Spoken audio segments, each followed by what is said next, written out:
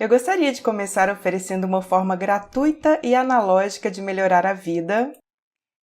E tudo o que precisamos é que vocês mudem sua postura por 2 minutos. Mas antes de revelar, quero pedir que vocês, agora mesmo, façam uma pequena auditoria de seus corpos e do que estão fazendo com eles. Quantos de vocês estão meio que se encolhendo? Talvez corcundas, cruzando as pernas, talvez cruzando os tornozelos. Às vezes nos seguramos em nossos braços assim, às vezes nos abrimos. Estou vendo vocês. Quero que vocês prestem atenção no que estão fazendo agora. Voltaremos a isso em alguns minutos. E espero que, se aprenderem a se ajustar um pouquinho, isso mude a maneira como sua vida se desenrola. Somos fascinados pela linguagem corporal e estamos particularmente interessados na linguagem corporal das outras pessoas. Sabem, estamos interessados em... vocês sabem. Ou interação esquisita, ou um sorriso, ou uma olhadela contemplativa, ou talvez uma piscadela esquisita, ou quem sabe até um aperto de mão. Vídeo. Narrador. Eles estão chegando à casa de número 10. Esse policial sortudo conseguiu apertar a mão do presidente dos Estados Unidos. E aí vem o primeiro-ministro... Não.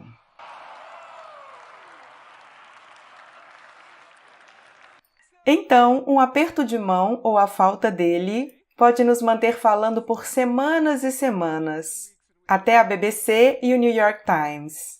Obviamente, quando pensamos em comportamento não verbal, ou linguagem corporal, chamamos de não verbal, como cientistas sociais.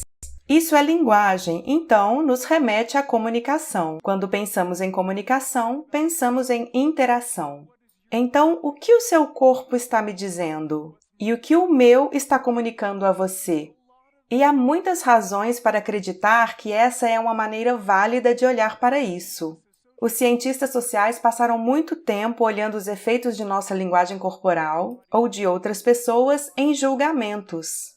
E fazemos inferências e julgamentos generalizados a partir da linguagem corporal. E esses julgamentos podem prever resultados muito significativos, como quem contratamos ou promovemos, quem chamamos para um encontro. Por exemplo, Nalini Ambari, pesquisadora da Universidade de Tufts, mostra que quando as pessoas assistem a clipes mudos de 30 segundos de interações reais entre médico e paciente, seu julgamento sobre a gentileza do médico prevê se ele será ou não processado. Não tem tanto a ver com o médico ter sido incompetente, mas se gostamos daquela pessoa e como eles interagiram. Ainda mais dramático, Alex Todorov, em Princeton, nos mostrou que julgamentos do rosto dos candidatos políticos, em apenas 1 segundo, prevê 70% do Senado americano e o resultado da corrida governamental. E até, vamos ao mundo digital, emoticons, se bem usados em negociações online, podem levar você a extrair mais valor daquela negociação. Se você usá-lo de maneira inadequada, má ideia, certo? Então, quando pensamos sobre não verbais, pensamos em como julgamos os outros, como eles nos julgam e as consequências. Porém, tendemos a esquecer o outro público que é influenciado por nosso não verbal, que somos nós. Também somos influenciados por nossos não verbais, nossos pensamentos, sentimentos e fisiologia. De que não verbais estou falando? Sou uma psicóloga social, eu estudo o preconceito e ensino em uma competitiva escola de administração. Então foi inevitável que me interessasse pelas dinâmicas do poder. Fiquei especialmente interessada pelas expressões não verbais de poder e dominação. E quais são as expressões não verbais de poder e dominação? Bem, são estas. No reino animal, elas são sobre expansão. Então você se faz grande, se estica, ocupa espaço, você basicamente se abre. É sobre se abrir. E isso é verdade em todo o reino animal. Não está limitado aos primatas. E os humanos fazem igual. Eles fazem isso quando têm um poder estável e também quando estão se sentindo poderosos naquele momento. E esta é especialmente interessante porque realmente nos mostra o quão universais e antigas são essas expressões de poder. Esta expressão, conhecida como orgulho, foi estudado por Jessica Tracy. Ela mostra que pessoas que nascem com visão e pessoas cegas desde o nascimento fazem isso quando ganham uma competição física. Então, quando cruzam a linha de chegada e ganharam, não importa se nunca viram alguém fazer isso, elas fazem isso. Os braços para cima em V, o queixo levemente levantado. O que fazemos quando nos sentimos enfraquecidos? Exatamente o oposto. Nos fechamos, nos dobramos, nos fazemos menores. Não queremos esbarrar na pessoa ao lado. Novamente, tanto animais quanto humanos fazem a mesma coisa. E isso é o que acontece quando você coloca alto e baixo poder juntos. O que pode acontecer quando se trata de poder é que complementamos os não verbais dos outros. Então, se alguém exerce poder sobre nós, a tendência é nos diminuirmos. Não nos espelhamos neles, fazemos o oposto do que eles fazem. Eu observo esse comportamento em salas de aulas e o que eu percebo? Percebo que os estudantes de MBA exibem toda a gama de características não verbais. Algumas pessoas são caricaturas dos alfas. Quando entram, vão para o meio da sala, antes mesmo da aula começar, como se quiserem realmente ocupar o espaço. Quando se sentam, eles se espalham, levantam as mãos assim. Outras pessoas estão virtualmente em colapso quando entram. Assim que elas entram, você vê em seus rostos e em seus corpos. Elas se sentem em suas cadeiras e se encolhem e levantam a mão assim. Eu notei algumas coisas sobre isso. Uma não vai surpreender vocês, parece relacionada ao gênero.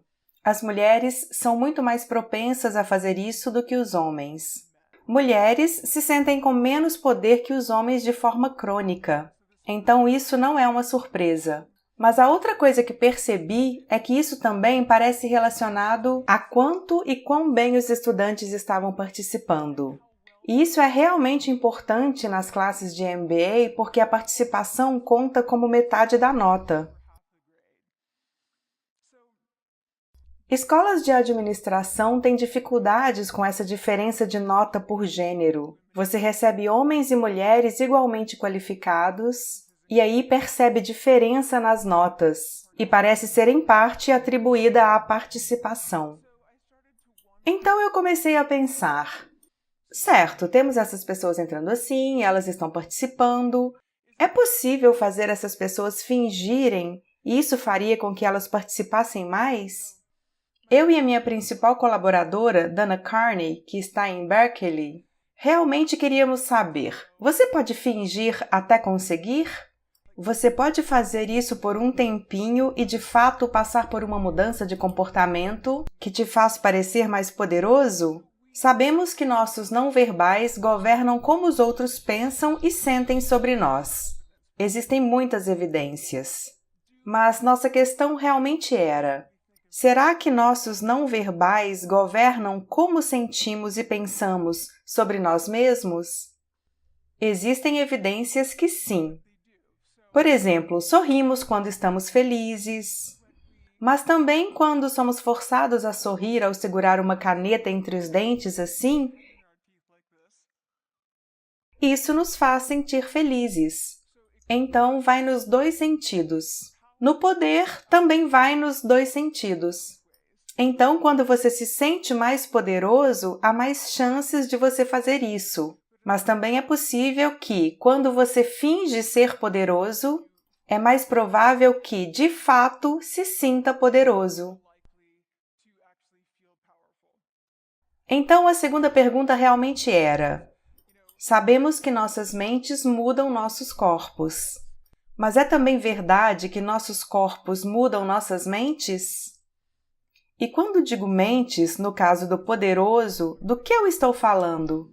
Estou falando de pensamentos e sentimentos e de coisas fisiológicas que formam nossos pensamentos e sentimentos. E no meu caso, são os hormônios. Como se parecem as mentes dos poderosos e a dos sem poder? Pessoas poderosas tendem a ser, não é surpresa, mais assertivas, confiantes e otimistas.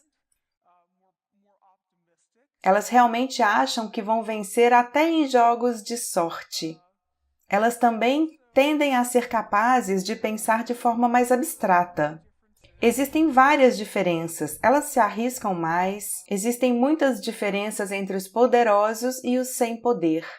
Fisiologicamente, também há diferenças em 2 hormônios-chave, testosterona, que é o hormônio da dominância, e cortisol, que é o hormônio do estresse. Então, vimos que machos alfa superpoderosos na hierarquia primata têm testosterona alta e cortisol baixo. E líderes poderosos e efetivos também têm testosterona alta e cortisol baixo. O que isso quer dizer? Quando se pensa em poder, a tendência era pensar só em testosterona, porque era sobre dominação. Mas, realmente, poder é também sobre como você reage ao estresse. Você quer o líder dominante mais poderoso, com testosterona alta, mas super reativo ao estresse? Provavelmente não. Você quer a pessoa que seja forte, assertiva e dominante, mas que não reaja muito ao estresse, uma pessoa relaxada. Sabemos que na hierarquia primata, se um alfa precisa dominar, se o indivíduo precisa desempenhar um papel de alfa de repente, em poucos dias a testosterona daquele indivíduo vai subir significantemente e seu cortisol vai cair significantemente. Então, temos essa evidência, tanto de que o corpo pode moldar a mente, pelo menos no nível facial, e também que mudanças de papel podem moldar a mente. O que acontece? Você muda de papel. O que acontece se você fizer isso minimamente? Uma manipulação mínima, uma intervenção mínima. Você diz, por 2 minutos, quero que você fique nessa posição, e isso vai fazer você se sentir mais poderoso. Foi isso que fizemos. Decidimos trazer pessoas ao laboratório e fazer um pequeno experimento, e essas pessoas adotaram por 2 minutos tanto poses de alto como de baixo poder. E eu vou mostrar a vocês 5 dessas poses, apesar de elas terem feito apenas 2. Aqui está uma. Algumas mais. Esta foi chamada pela mídia de Mulher Maravilha. Mais algumas. Você pode ficar em pé ou sentado. E estas são as poses de baixo poder. Você está se dobrando, se encolhendo. Essa é muito baixo poder. Quando você toca o seu pescoço, você está, na verdade, se protegendo. Isto é o que acontece. Elas entram, cospem em um recipiente. Por 2 minutos, nós dizemos o que devem fazer. Elas não olham fotos das poses. Não queremos impor um conceito de poder. Queremos que elas sintam o poder. Por 2 minutos, elas fazem isso. Então, perguntamos quão poderosas se sentiram em uma série de itens. Damos a elas uma oportunidade de blefar.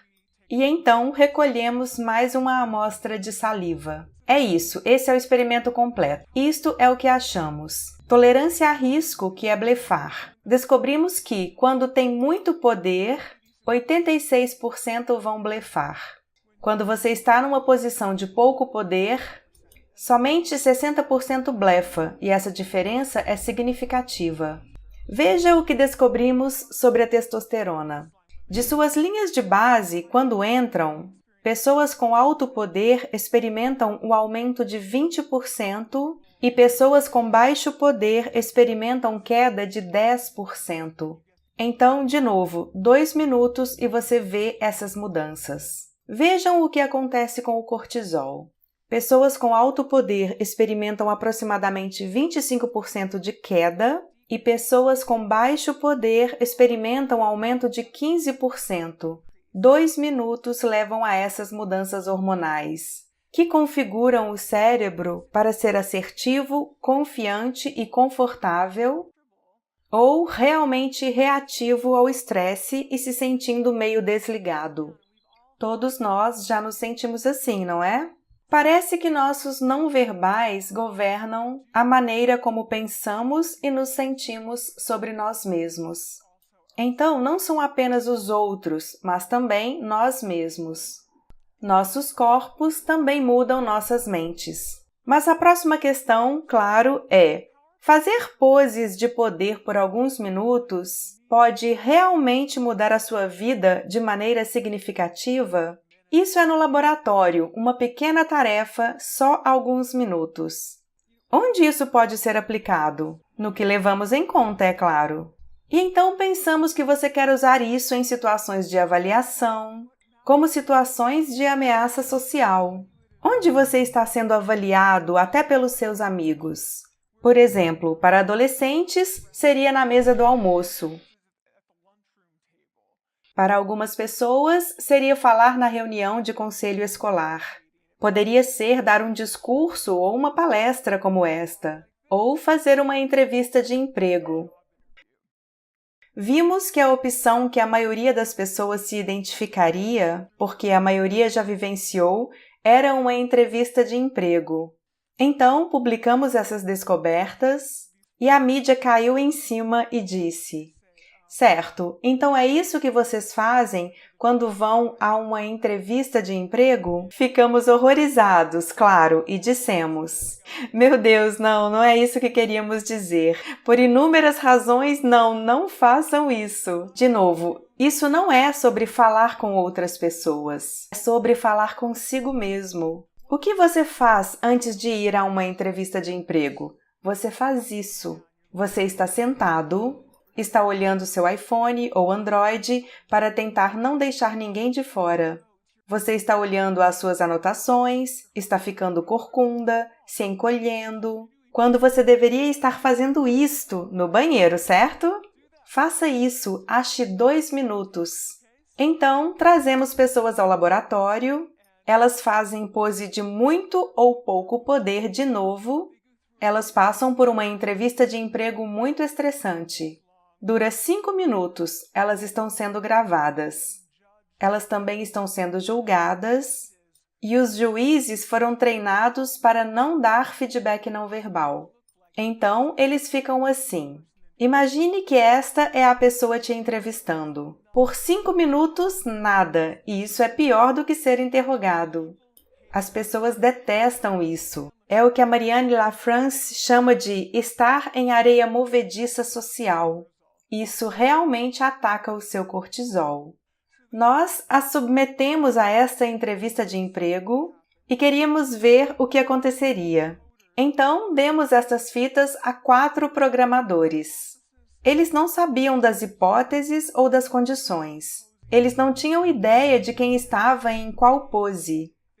Eles viram essas fitas e disseram: queremos contratar estas pessoas, todas as de poses de alto poder. Não queremos contratar estas. Também avaliamos aquelas pessoas de maneira mais positiva em geral. Mas o que está causando isso?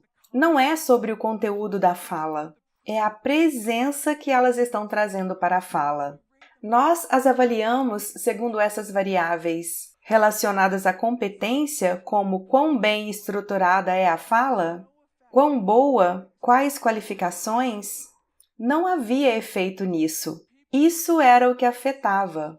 Esse tipo de coisa. As pessoas estão sendo basicamente elas mesmas. Estão sendo verdadeiras. Elas trazem suas próprias ideias, sem resíduos externos.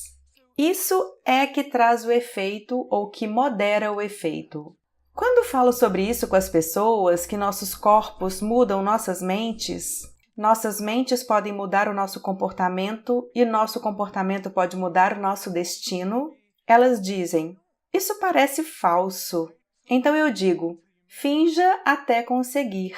Eu não sou eu. Não quero conseguir e me sentir uma fraude, me sentir um impostor.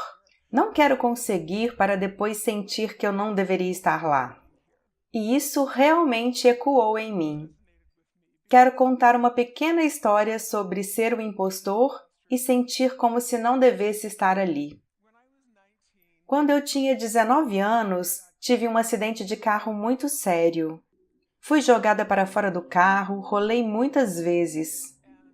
Eu fui jogada do carro, acordei numa reabilitação para lesão na cabeça, eu havia sido retirada da faculdade e eu soube que meu QI havia reduzido em 2 desvios padrão, o que foi muito traumático. Eu sabia o meu QI, pois era identificada como inteligente, e fora declarada superdotada na infância. Então me tiram da faculdade e fico tentando voltar. Eles dizem, você não vai terminar a faculdade. Mas há outras coisas que você pode fazer, mas isso não vai mais dar certo para você. Eu sofri com isso, eu devo confessar. Ter a sua identidade tirada de você, sua principal identidade, que para mim era ser inteligente, ter isso tirado de você, nada deixa você se sentindo mais sem poder que isso. Eu me senti completamente sem poder. Eu estudei e estudei e dei sorte, e estudei e dei sorte e estudei. E acabei conseguindo me formar na faculdade. Levei 4 anos a mais que meus colegas e convenci alguém, meu anjo conselheiro, Susan Fisk, a me ajudar. E acabei em Princeton e eu ficava assim, eu não deveria estar aqui. Eu sou uma impostora. Na véspera do meu discurso de primeiro ano, e o discurso de primeiro ano de Princeton dura 20 minutos para 20 pessoas. É isso. Eu estava com tanto medo de ser descoberta no dia seguinte que liguei para ela e disse, estou saindo. Ela disse, você não está saindo porque eu apostei em você e você fica. E é isto que você vai fazer. Você vai fingir, você vai fazer todos os discursos que pedirem a você.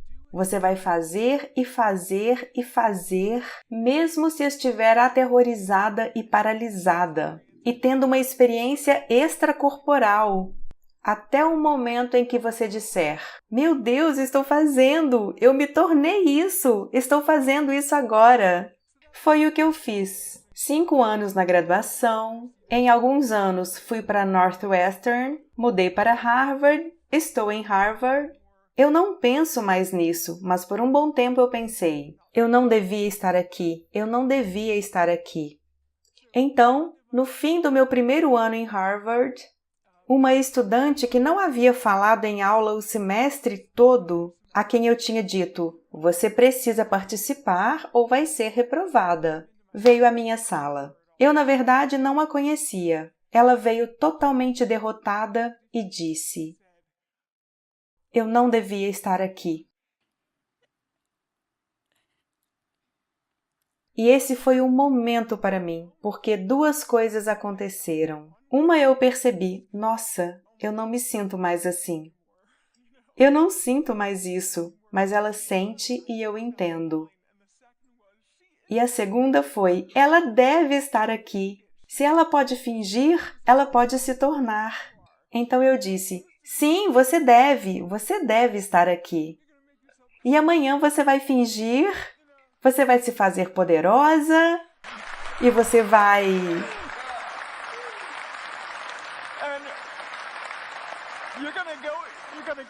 Você vai entrar na classe e vai fazer o melhor comentário que já se ouviu. E sabe? Ela fez o melhor comentário de todos. E as pessoas se viraram e ficaram assim, nossa, eu nem havia notado ela aqui. Ela voltou a mim meses depois e eu percebi que ela não apenas havia fingido até conseguir, ela havia fingido até se tornar.